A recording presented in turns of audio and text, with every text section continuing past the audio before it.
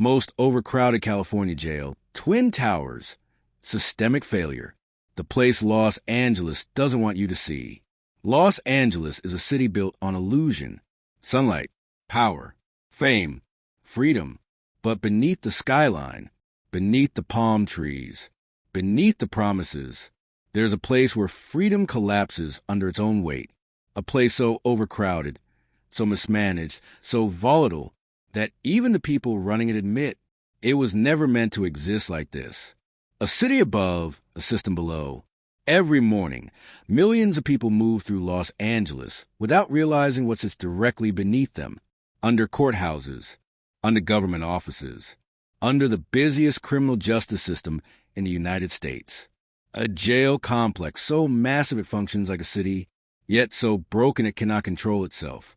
This is Twin Towers Correctional Facility, not a prison, not a temporary holding center, but the largest jail complex in the state of California, and one of the most overcrowded detention facilities in the entire country. The scale they don't advertise. On paper, Twin Towers was designed to hold a specific number of people. In reality, that number was exceeded years ago, then doubled, then exceeded again. Men packed into housing units, never designed for long-term confinement. Cells built for one, holding three, dormitories operating far beyond capacity. And when overcrowding reaches this level, something happens. The system stops functioning. The people inside, most people inside Twin Towers have not been convicted of a crime. They are awaiting trial, awaiting bail, awaiting paperwork, awaiting a court date that keeps getting delayed. Days turn into weeks, weeks into months. And for many, the jail becomes punishment before guilt is ever proven. A jail built for failure. Twin Towers wasn't built to house human beings the way prisons do. It was designed for short-term detention. But overcrowding turned it into something else entirely. Medical units overwhelmed. Mental health pods operating in crisis mode. Deputies stretched thin, supervising hundreds of inmates at once. When you compress this many people into a confined space, you don't just create tension. You create inevitability. The mental health epicenter. Here's what most people don't know. Twin Towers is also the largest mental health facility in Los Angeles County. Not a hospital, not a treatment center, a jail. Thousands of inmates inside suffer from serious mental illness, conditions that require stability, medication, and care. Instead, they are met with noise, confinement, overcrowding, and when treatment fails, jail becomes containment. Deputies under pressure. This system doesn't only break inmates, it breaks staff. Deputies assigned to Twin Towers routinely supervise impossible numbers. Burnout is constant. Turnover is high. When control weakens, violence increases. And when violence increases, the response becomes force, silence, and statistics. Official reports reduce Twin Towers to statistics. Population counts, incident logs, use of force numbers. But statistics don't scream at night. They don't panic in overcrowded cells. They don't experience days without sunlight. The reality of Twin Towers is not written in reports. It's lived, hour by hour, by the people trapped inside. Why this matters. Twin Towers is not an exception. It is a warning. A warning about what happens when systems prioritize speed over justice, containment over care, numbers over people. And Los Angeles is not alone. Across California, jails are collapsing under overcrowding. But Twin Towers stand apart because when the largest system fails, the consequences ripple outward. The question no one answers. How did it get this bad? Who allowed it to happen?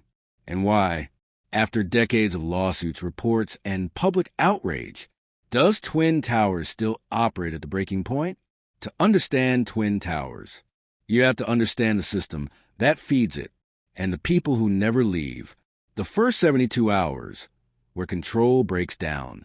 Intake never sleeps. Twin Towers never sleeps.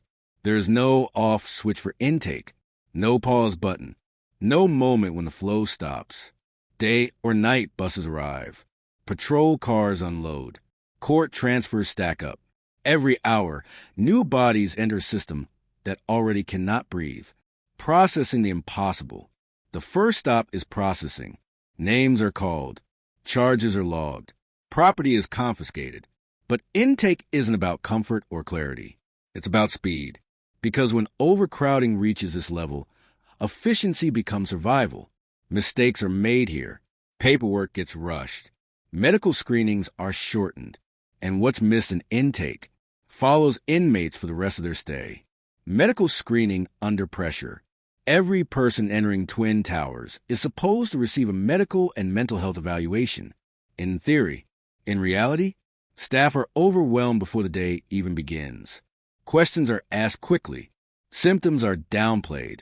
Warning signs are missed. When hundreds arrive in a single shift, thorough care becomes impossible. And for inmates with untreated mental illness, this is where the system fails them first. Classification, a guess with consequences. Next comes classification, a decision that determines where someone will live, who they'll live with, and how dangerous their environment will be. This decision is often made in minutes, sometimes seconds.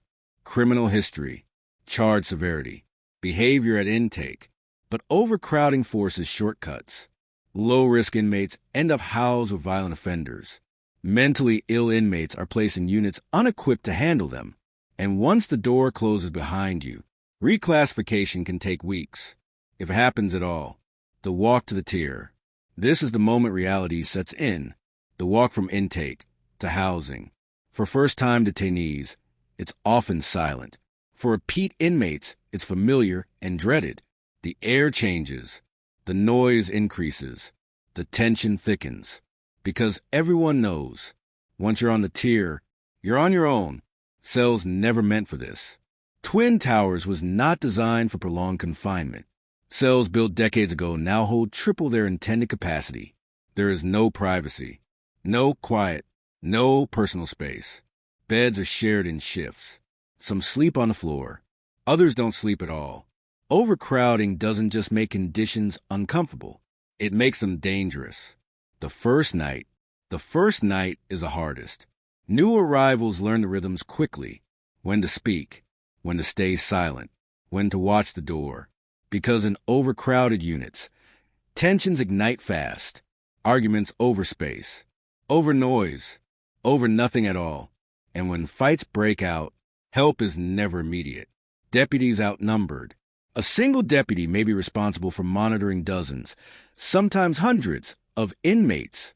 They rely on cameras, on radios, on experience. But cameras don't intervene.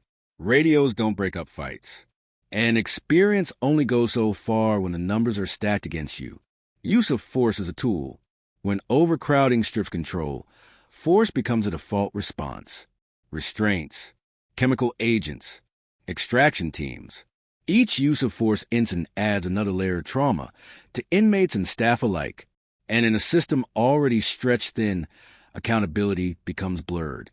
Mental health units at capacity. The mental health units are supposed to be different, safer, calmer, more controlled. But they are the most overcrowded areas of all. Inmates in crisis wait days or weeks for evaluations. Medication schedules are disrupted. Therapy is rare. What was designed as treatment becomes containment. The first 72 hours end. The first 72 hours inside Twin Towers decide everything. Who adapts? Who breaks? Who becomes invisible? By the end of those 3 days, most inmates understand one truth. This place is not built to help you. It is built to hold you. And holding is all it can manage. What comes next? For some, Twin Towers is a short stop. For others, it becomes a revolving door, or a waiting room that never ends. But to understand the real cost of overcrowding, we have to look beyond the cells. We have to follow what happens when pressure turns into violence. Pressure cooker, when overcrowding turns into violence. A system under constant strain. Overcrowding does not announce itself with chaos.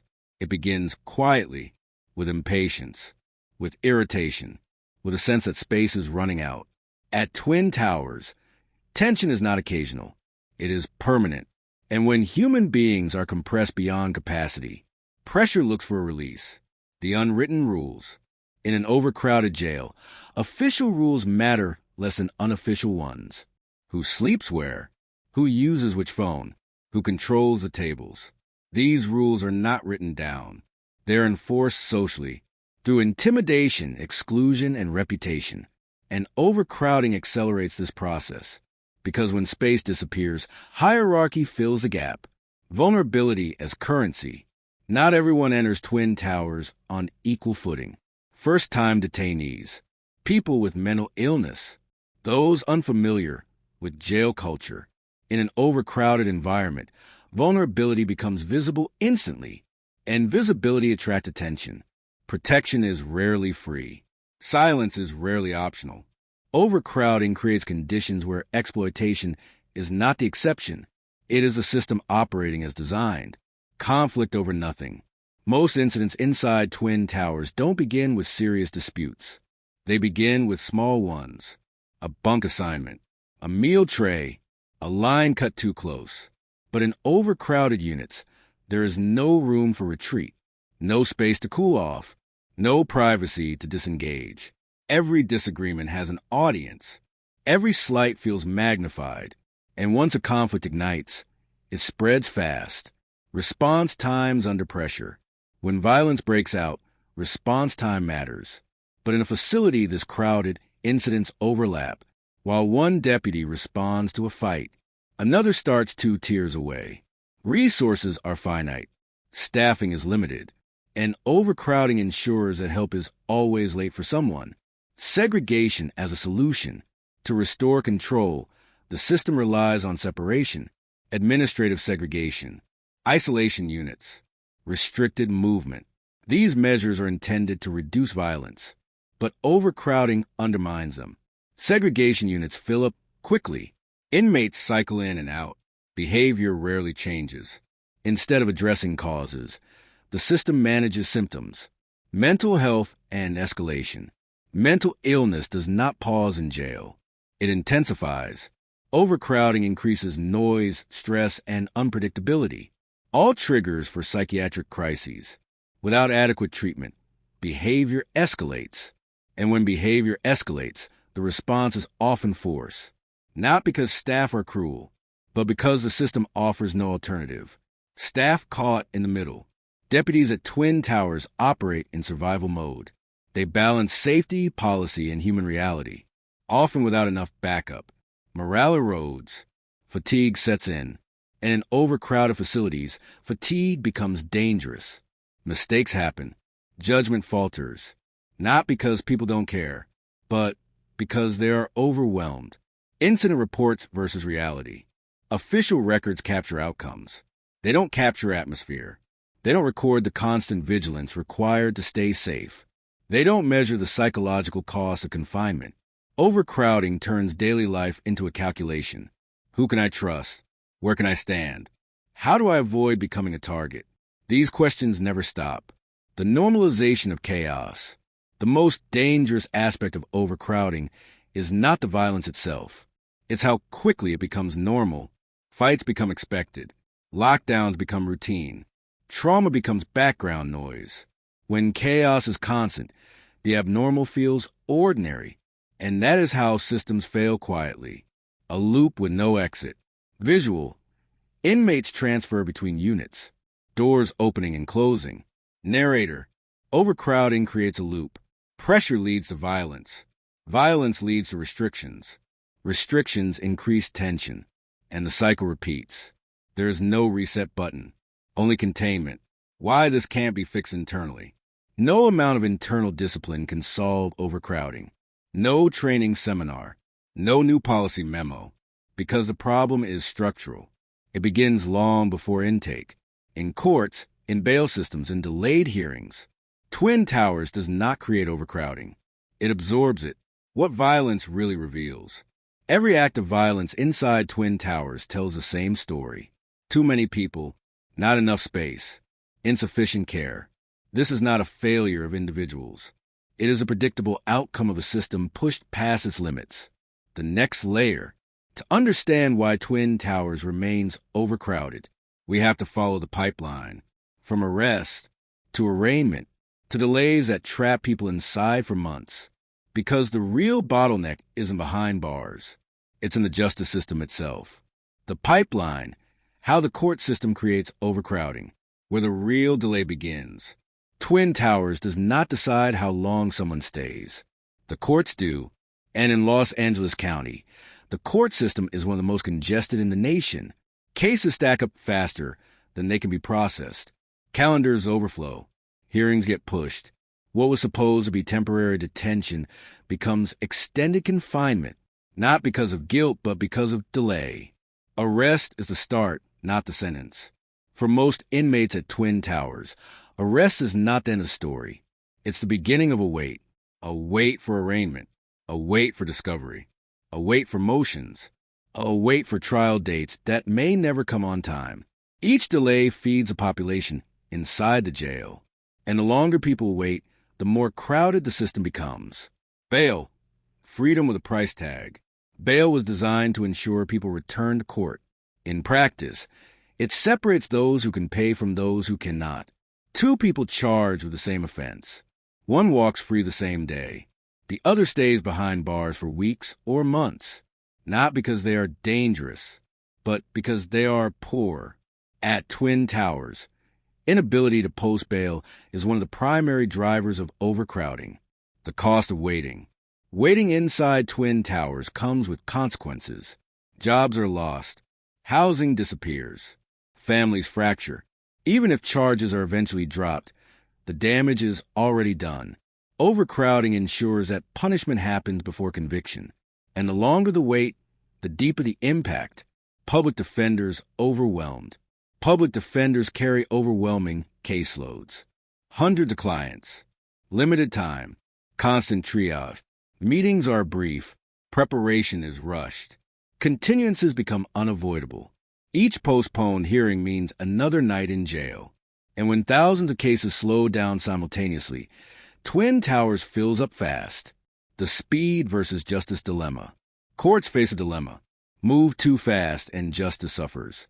Move too slow and overcrowding explodes. But the burden of delay is not shared evenly. It falls almost entirely on the incarcerated. Twin Towers becomes a holding zone for systemic indecision. Transfers that don't relieve pressure. Every day, inmates are transported from Twin Towers to courtrooms across the county. Most return the same day. Hearings postponed. Cases continued. Nothing resolved. Transportation consumes time and resources, but does not reduce population. Instead, it deepens fatigue and frustration inside the jail. COVID and backlogs. When courts slowed during public health emergencies, the backlog exploded. Trials paused. Hearings delayed. Jails filled. Even after reopening, the system never caught up. The effects are still felt inside Twin Towers, long after the headlines faded. When release becomes random. In an overcrowded system, release can feel arbitrary. Some cases resolve quickly. Others linger without explanation. Two people arrested the same day may leave weeks apart. Predictability disappears. And when people don't know how long they'll be held, stress intensifies. Overcrowding is a policy outcome. Overcrowding is not accidental. It is the outcome of policy choices. Bail schedules, charging practices, court funding decisions. Twin Towers reflects the cumulative effect of every decision made upstream. Why reform moves slowly. Reform takes time. Budgets must be approved. Laws must be passed. Systems must adapt. But overcrowding does not wait. Every delay compounds the pressure inside Twin Towers. The human bottleneck. When courts slow down, people pile up. Not numbers, not statistics. Human beings. Twin Towers becomes the physical manifestation of systemic gridlock. The question of necessity. If many inmates pose little risk, if charges are minor, if trials are months away, why are they here at all? Overcrowding forces that question into focus. What the pipeline hides. The pipeline hides responsibility. Courts blame jails. Jails blame courts. Policymakers blame budgets. Meanwhile, Twin Towers absorbs the impact, the next failure point. When overcrowding stretches time, and time stretches confinement, health collapses next. Physical, psychological, institutional. Because no system can hold this many people without consequences. When care collapses, medical and mental health in overcrowding. A jail turned emergency room. Twin Towers was never designed to be a hospital, yet every day it functions like one. Chronic illnesses, acute injuries, psychiatric emergencies, all funnel into a medical system overwhelmed by numbers alone. Overcrowding doesn't just strain care, it reshapes it. From treatment to triage, sick call by the thousands. Every morning, sick call requests stack up. Headaches, chest pain, infections, medication renewals. When thousands are confined together, illness spreads faster. But appointments are limited. Staffing is finite. Time is scarce. So care becomes selective, not by severity, but by capacity. Delays with consequences. In an overcrowded jail, delays are unavoidable. A checkup schedule for tomorrow becomes next week. A specialist referral becomes a waiting list. A follow-up becomes uncertain. Most issues don't resolve on their own. They worsen. And when conditions worsen, the system absorbs another crisis. Medication interruptions. Medication is the backbone of stability for many inmates. But overcrowding disrupts routine. Transfers between units. Lockdowns after incidents. Staff shortages. Missed doses accumulate. And for those managing serious conditions, physical or psychiatric, consistency is everything. When consistency disappears, stability follows. Mental health, the center of a storm. Twin Towers houses more people with mental illness than any hospital in the county. This is not by design. It is by default. Community treatment options are limited. Crisis services are overwhelmed. So the jail becomes a fallback. And overcrowding turns that fallback into a breaking point. Noise, stress, and deterioration. Mental health requires calm, structure, and predictability. Overcrowding offers the opposite. Noise never stops. Movement is constant. Privacy does not exist. Symptoms intensify. Behavior escalates. And the environment itself becomes a trigger. Observation without intervention. Staff can observe distress. They cannot always intervene. Caseloads are too high. Beds are limited. Treatment slots are full. Observation becomes surveillance, a way to monitor risk, not resolve it. Overcrowding ensures that care remains reactive. Restraints is last resort. When crises escalate, staff rely on containment, not because it is ideal, but because options are few. Restraints are intended to prevent immediate harm, but they do not treat illness. In an overcrowded system, temporary measures become routine tools. Staff at their limits. Medical and mental health staff face impossible expectations. High demand, limited resources, constant urgency. Burnout is not a possibility. It is an outcome. And when experienced staff leave, the gap widens. Paper compliance versus real care. On paper, procedures are followed, evaluations completed, forms filed, protocols acknowledged. But paperwork does not equal healing. Overcrowding allows systems to meet minimum standards while failing actual needs. The cost of containment. Extended confinement without adequate care leaves marks. Anxiety deepens. Trust erodes. Hope fades. These effects don't disappear at release. They follow people home. Overcrowding exports trauma back into the community. Lawsuits and warnings. Twin Towers has faced lawsuits, investigations, and federal scrutiny. Warnings have been issued, recommendations made. Yet overcrowding persists, because addressing it requires changes beyond the jail's walls. A system designed to hold, not heal. Twin Towers can stabilize emergencies. It cannot provide sustained care at this scale. Jails are not hospitals. Cells are not treatment rooms. Overcrowding forces an impossible role onto a place never meant to fill it. What happens after release? Release does not end the story. Many leave without continuity of care. without medication, without support. The cycle continues, from street to jail and back again. Overcrowding ensures that the system never truly resets. The next crisis point. When care collapses, tension rises.